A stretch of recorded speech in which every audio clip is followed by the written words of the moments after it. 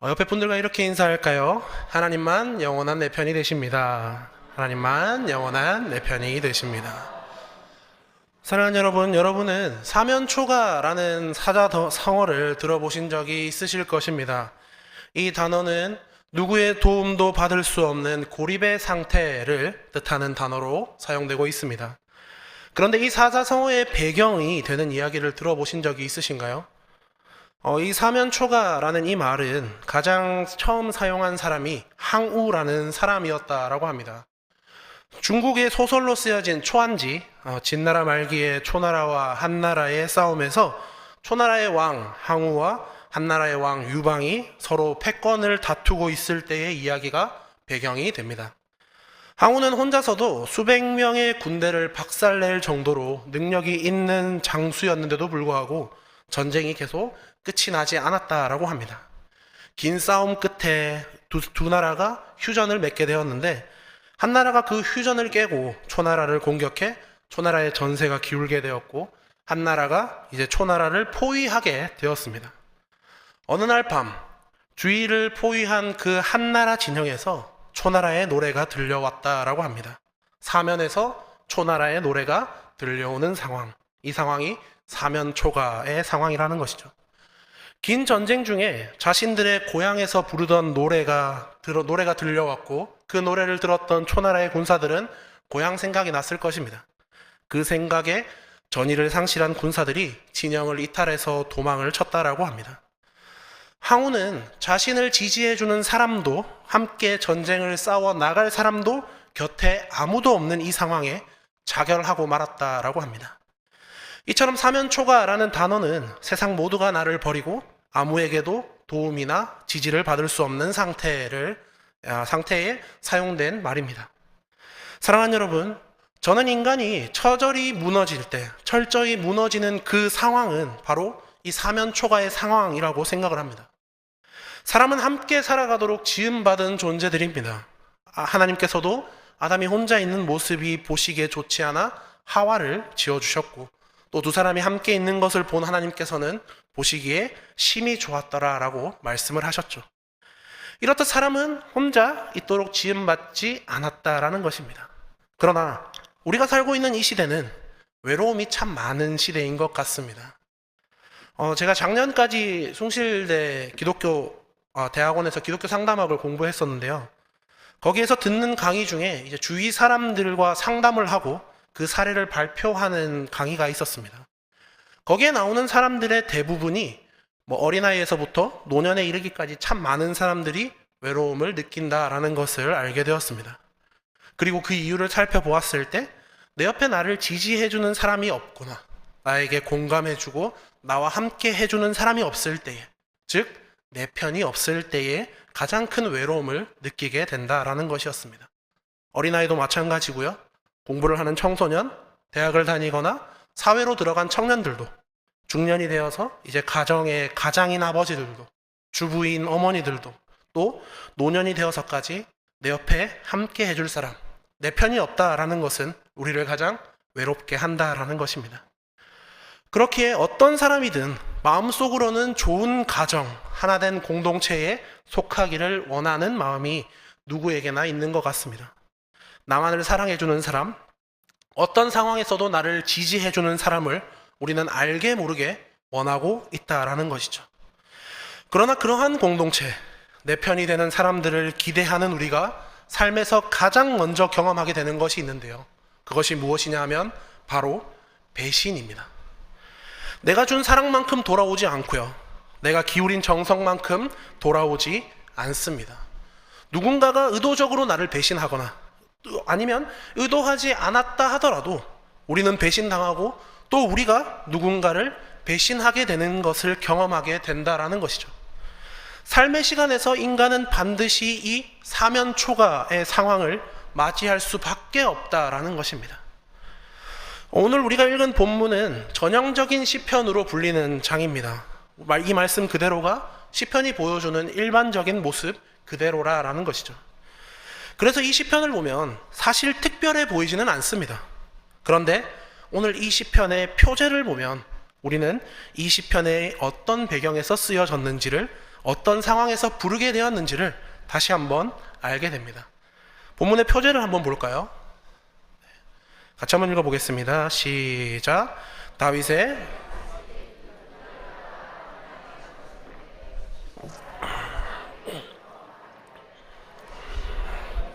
숨지 아니하였나이까 하던 때.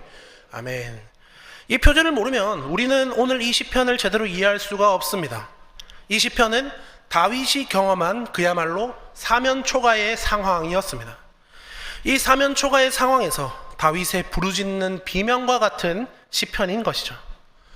이 당시에 다윗은 사울의 살해의 위협에 피해서 도망 다니고 있었습니다. 사울의 많은 군대를 데리고 다윗을 잡으려고 해도 다윗이 잘 숨어 다녔습니다. 그런데 문제는 다윗이 숨어 있는 지역의 그 사는 사람들이 그를 고자질했다라는 것이죠. 표제에서도 볼 수 있듯이 본문은 10이라는 지역의 사람들이 사울에게 다윗이 숨어 있는 곳을 말하는 상황에 쓰여졌다라고 말합니다. 우리가 이 상황을 다시 한번 살펴보기를 원하는데요. 우리 사무엘상 23장 19절과 20절입니다. 제가 읽어드리겠습니다. 그때에 10 사람들이 기브아에 이르러 사울에게 나와 이르되 다윗이 우리와 함께 광야 남쪽 하길라산 숲을 요새에 숨지 아니하였나이까. 그러한즉 왕은 내려오시기를 원하시는 대로 내려오소서. 그를 왕의 손에 넘길 것이 우리의 의문이이다 하니. 아멘. 여기서 말하는 10이라는 동네는 여호수아 15장에 보면 유다 지파의 기업으로 주어진 땅이다 라고 말씀하고 있습니다. 여러분, 다윗이 어느 지파였는지 알고 계시나요? 네, 유다 지파입니다. 사울이 자신을 죽이려고 하자 자신의 친족들이 있는 있는 동네로 피신했다라는 것이죠. 다윗은 분명 기대했을 것입니다. 자신들의 친족들이니까 자기를 지켜줄 것이다 라고 말이죠. 그런데 방금 읽었던 사무엘상 23장에서도 보시듯이 여기 10 사람들은 소위 공익 제보를 합니다. 그것도 사울 왕에게 찾아가서 제보를 합니다.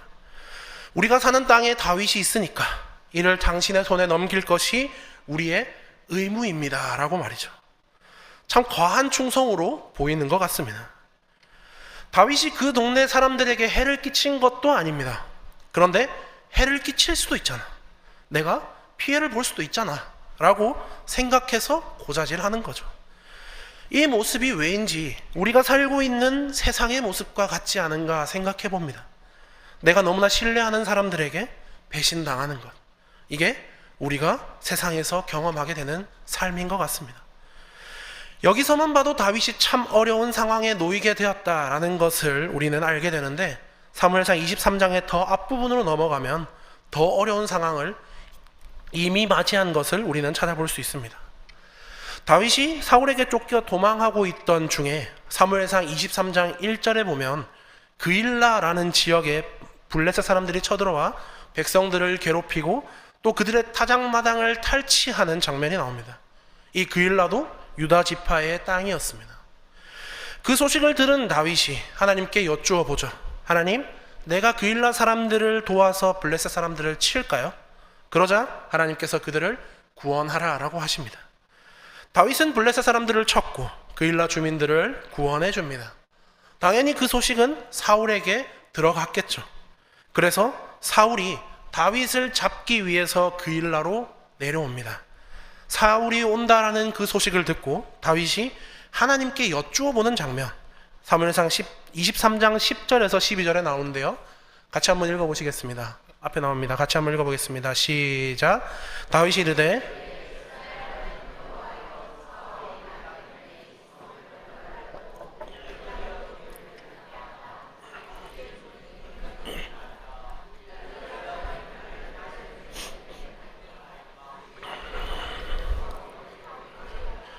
이스라엘의 하나님 여호와여, 원하건대 주의 종에게 일러 주옵소서 하니 여호와께서 이르시되 그가 내려오리라 하신지라. 다윗이 이르되 그일라 사람들이 나와 내 사람들을 사울의 손에 넘기겠나이까 하니 여호와께서 이르시되 그들이 너를 넘기리라 하신지라. 아멘. 참 기가 막힌 상황이 아닐 수 없습니다.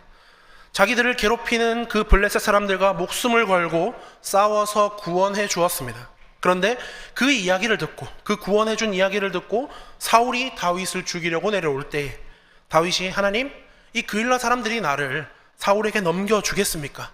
나를 배신하겠습니까? 라고 물으니까 하나님께서 다윗에게 이렇게 말씀하십니다. 그들이 너를 넘기리라. 다윗의 입장이 되면 완전히 무너지는 순간이 아닐까라고 생각해 봅니다. 사랑하는 여러분, 저는 사실 이 말씀이 너무나 좋습니다. 성경은 우리가 살아가는 인생, 우리가 살아가는 그 실상을 있는 그대로 우리에게 말해줍니다. 우리는 세상은 내 편이 될 거야, 내 설마 나를 배신하겠어 라고 생각하지만 하나님께서는 분명히 우리에게 말씀하시는 거죠. 그들이 너를 넘기리라, 그들이 너를 배신하리라 라고 말이죠. 우리는 성경이 역사책 또 교훈을 주는 책 정도로만 생각하지만 사실 성경은 우리가 살아가는 실상 그대로를 가장 잘 알려주는 인간적인 책입니다. 믿음의 사람 아브라함도 야곱도 요셉도 그들의 삶의 실상을 보면 배신하고 배신당하는 모습, 죄를 짓는 모습까지도 신화로 나타내는 것이 아니라 우리와 다르지 않은 사람이라는 것을 계속해서 드러내십니다. 그러나 하나님께서 그 사람들의 삶 속에서 역사하시고 이끌어 가시는 그 내용을 다루고 있는 책이 바로 성경이라는 것이죠. 우리가 이것을 모르면 반드시 낙심하게 되고요, 실망하게 되고 패배하게 됩니다. 말씀대로 내 가족, 내 이웃들, 만나는 모든 사람들을 정말로 사랑하고 섬겼는데 그들이 저를 배신했습니다. 이러한 경험이 우리를 실패하게 만든다라는 것이죠.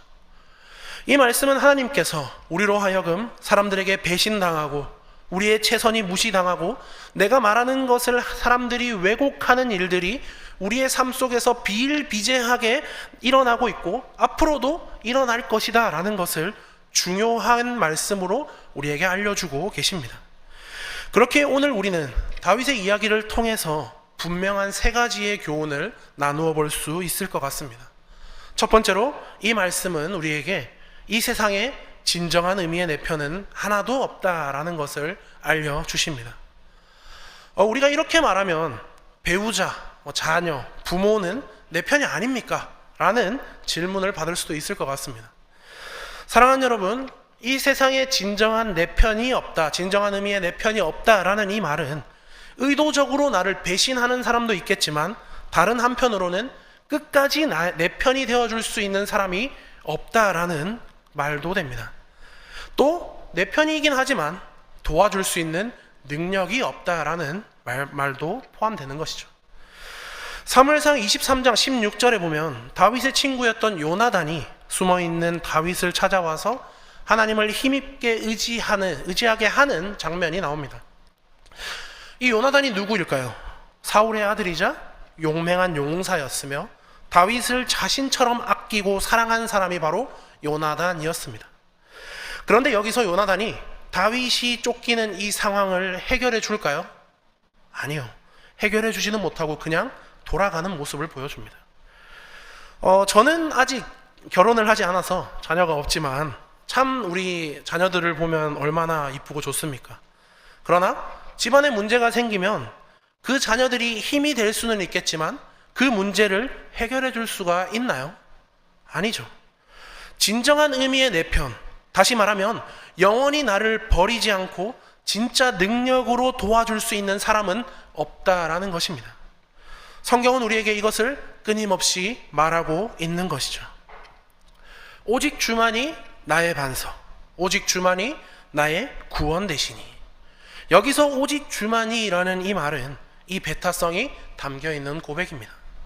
다른 어떤 사람들, 어떠한 관계도 내 편이 되지 않고 오직 주만이 내 편이 될 수밖에 없습니다라는 고백인 것이죠. 이것이 왜 중요하냐면 이렇게 하지 않으면 사실 가족에게 실망하고 상처받고 또 친구에게 기대했다가 낙심하게 된다라는 것이죠. 인간은 사랑의 대상이지 믿음과 신뢰의 대상이 아니라는 것입니다. 제가 청년 사역을 할 때 한 지체가 이런 질문을 했던 적이 있습니다. 그때는 강도사였는데요. 강도사님, 정말 사랑할 수 없을 것 같은 사람을 사랑하려면 어떻게 해야 하나요? 라고 물어보더라고요. 저는 그래서 그 지체에게 이렇게 말해 주었습니다. 너가 그 사람에게 가진 기대를 줄이는 게 먼저일 것 같다라고. 그리고 너가 정말 사랑받을 자격이 없을 때에 하나님께서 너를 먼저 사랑하셨다라는 것을 기억하면 좋겠다라고 말해 주었습니다. 사랑하는 성도 여러분, 성경은 우리에게 늘 사랑하라라고 이야기를 합니다. 말씀대로 우리는 서로 사랑해야 하지만 그 사람이 나를 사랑할 수 있기 때문에 사랑하라라고 말씀하지 않습니다. 그 사람을 믿고 신뢰한다라는 것은 그 사람이 변하지 않고 영원히 나를 지켜줄 것이 아니라는 것입니다. 다시 말해서 그 사람의 능력이나 의지 때문에 그 사람을 사랑하는 것이 아니라는 것을 말씀하고 있습니다. 그렇다고 해서 우리가 사랑하지 않고 다 적대하라라는 말은 아니죠. 그들에게 두는 기대를 조금 줄이자라는 것입니다. 우리가 반드시 기억해야 할 첫 번째 교훈은 이 세상에 진정한 내 편은 없다라는 것입니다. 두 번째로 이 말씀은 우리에게 기도를 통해 하나님이 우리의 편이 되심을 경험할 수 있다라는 것을 알려줍니다. 우리 오늘 본문인 시편 54편 1절과 2절을 함께 보시겠습니다. 시편 54편 1절과 2절 같이 한번 읽어보겠습니다. 시작. 하나님이여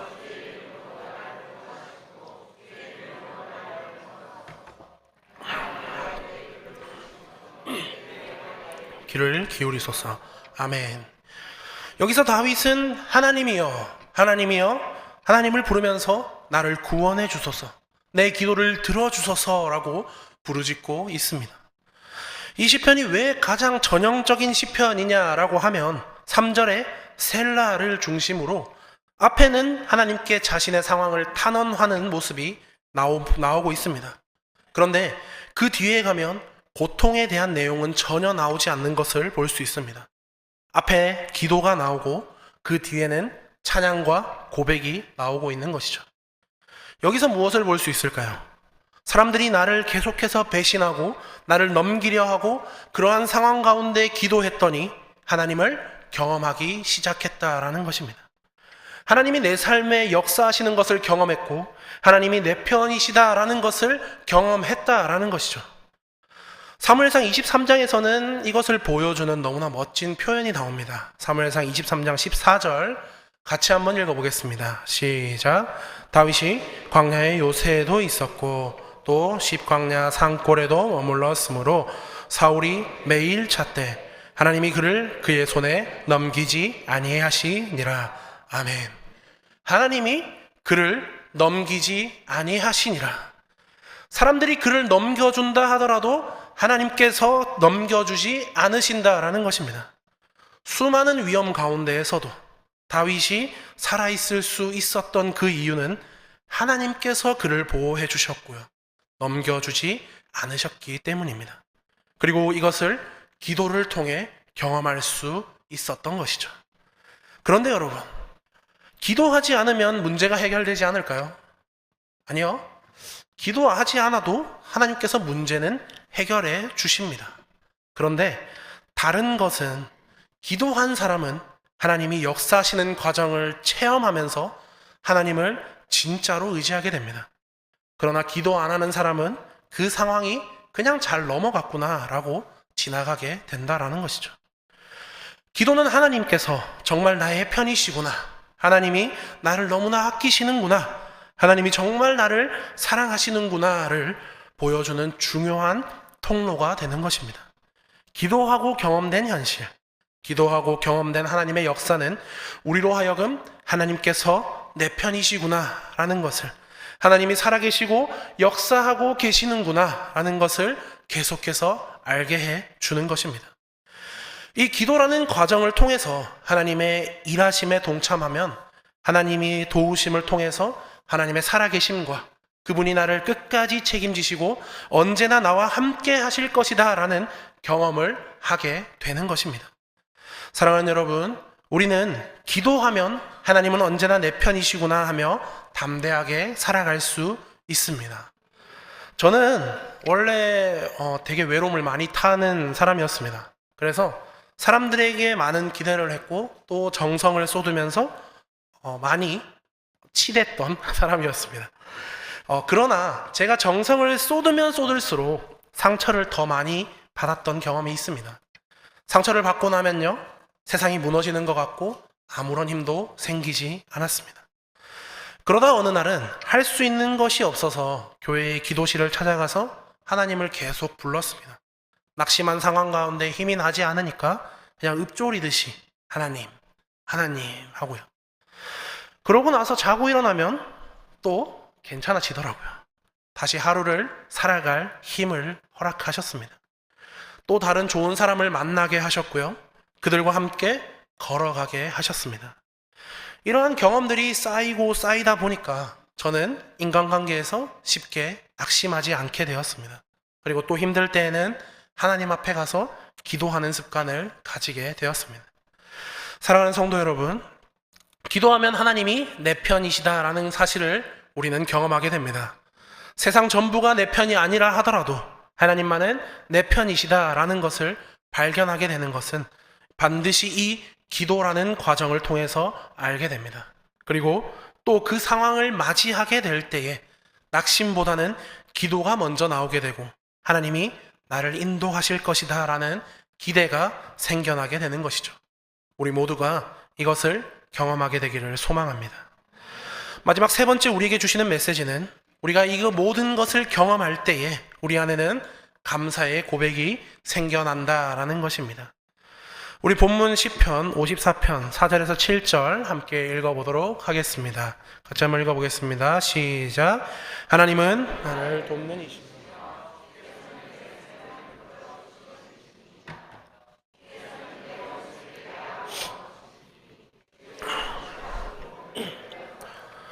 내가 낙헌제로 주께 제사하리이다. 여호와여, 주의 이름에 감사하오리니 주의 이름이 선하심이니이다. 참으로 주께서는 모든 환난에서 나를 건지시고 내 원수가 보응받는 것을 내 눈이 똑똑히 보게 하셨나이다. 아멘. 제가 이제 제자 훈련을 시작하면 늘 먼저 첫 시간에는 이제 반 지체들에게 신앙 고백을 써 보라고 합니다. 예수님을 만나기 전에 나는 어떠했고, 예수님을 만난 순간은 언제였으며, 예수님을 만나고 난 후에 내 인생은 어떻게 변화했는가라는 것을 말이죠. 그리고 한 가지를 더 추가한 것이 내가 만난 하나님은 어떤 분이셨는가라는 거였습니다. 그냥 들은 것을 쓰는 고백이 아니라 내 삶에서 하나님은 이때 이렇게 도우셨고 이렇게 인도하셨으며 이렇게 이기게 하셨습니다 라는 것을 체험했습니다 라고 고백하는 청년들이 있었습니다. 사실 그 청년들에게는 곧 공통점이 있습니다. 먼저 기도를 하고 기도를 응답받았을 때에 기도했던 것을 떠올리는 것이었죠. 그리고 기도를 하고 그 기도와 연결시켰기 때문에 하나님은 나의 공급자이십니다. 하나님은 나의 도움이십니다. 하나님은 내 삶의 인도자가 되십니다 라는 고백이 나오게 되는 것입니다. 특별히 6절을 다시 한번 읽어볼 텐데요. 같이 한번 보시겠습니다. 같이 한번 읽어보겠습니다. 시작. 내가 낙헌제로 주께 제사하리이다. 여호와여, 주의 이름에 감사하오리니 주의 이름이 선하심이니이다. 아멘. 낙헌제로 주께 제사하리이다. 여기서 낙헌제는 조건 없이 드리는 제사를 말합니다. 이유 없이 드리는, 그냥 감사해서 드리는 제사, 이것이 낙헌제입니다. 기도를 통해서 하나님께서 내 편이 되시는 것을 경험했고 하나님이 어떤 분이신지를 고백하게 되고 이제 그러면서 조건 없이 하나님께 감사하게 되는 것이죠. 주님, 내 인생이 잘 되건 못 되건 주님께 감사의 예물을 올려드립니다. 사랑하는 여러분, 저는 우리 모두에게 이러한 고백이 있기를 소망합니다. 여전히 사울은 나를 죽이려고 하고 계속 쫓아오지만 사면초가의 상황이 내 앞에 놓여 있지만 사람들이 나를 계속해서 배신하고 나를 고립하게 만들어서 외롭게 만들지만 기도를 통해서 하나님의 내 편 되심, 넌 혼자가 아니야. 내가 너와 함께한다. 하나님이 나와 함께 하신다라는 확신이 생기면서 주님은 나의 도움이십니다. 내 생명을 보존하는 분이시고 주님께 낙헌제를 올려드리겠다라고, 내 편은 오직 주님밖에 없습니다라고 고백하는 것, 진짜 믿음의 사람으로 살아가는 것. 저는 우리 모두가 이러한 인생을 살아가게 되기를 간절히 소망합니다. 낸시 거슬리의 공허함을 채우시는 하나님이라는 책의 내용을 나누면서 말씀을 정리하려고 합니다. 네, 제가 읽어드리겠습니다. 나는 외로움이 더 나은 보건 정책이나 사회 제도로 해결할 수 있는 문제인지 잘 모르겠다. 사실 외로움이 정말 해결할 수 있는 문제인지조차 모르겠다. 어쩌면 외로움은 무슨 수를 써서라도 피해야 할 그런 것이 아닐지도 모른다. 오히려 외로움은 우리가 큰 대가를 치르면서까지 추구해야 할 무언가, 우리를 만드시고 우리와 함께 하시는 하나님과의 친밀한 교제로 우리를 인도하는 초대장 역할을 하는지도 모른다. 사랑하는 성도 여러분, 우리는 세상을 살아가면서 반드시 이 사면초가의 상황에 빠질 수밖에 없다라는 것을 말씀을 통해 나누어 보았습니다. 이 부분은 우리가 반드시 기억하고 또 기억해야 합니다. 이 세상에는 내 편이 하나도 없다라는 사실을 말이죠. 그리고 그러한 사면초가의 상황 속에서 누구도 내 옆에 없고 나를 도와줄 수 없을 때에 내가 해결하려고 발버둥치고 피하는 것이 아니라 하나님께서 친밀한 교제의 자리로 초청하시는 것을 믿고 기도로 나아가는 우리 모두가 되시기를 소원합니다. 하나님이여, 하나님이여, 내 기도를 들어주시고 내 말에 귀를 기울여 주소서. 나를 구원해 주시고 나를 변호해 주소서. 이렇게 기도하며 나아갈 때에 하나님께서 나의 편이 되시고 나를 붙들어 주시며 하나님이 나와 함께 하신다라는 것을 경험하게 된다라고 성경은 우리에게 분명히 말씀하고 있습니다. 그리고 그 경험으로 우리의 삶의 고백이 주님은 나의 도움이시고 주님은 나의 생명을 붙드시는 분이시고 나는 주님만을 찬양합니다. 나에게는 주님밖에 없습니다 라는 거룩한 고백으로 나아갈 줄로 믿습니다. 누구도 없는 듯한 외로움의 자리를 기도로 통과한 우리는 하나님만이 유일한 내 편이 되심을 고백하며 그분의 사랑을 자랑하고 선포하게 된 것을 굳게 믿으며 어렵고 힘든 상황 가운데에 주님께 기도로 나아가는 진짜 믿음을 가지는 저와 여러분 모두가 되시기를 주님의 이름으로 축원합니다.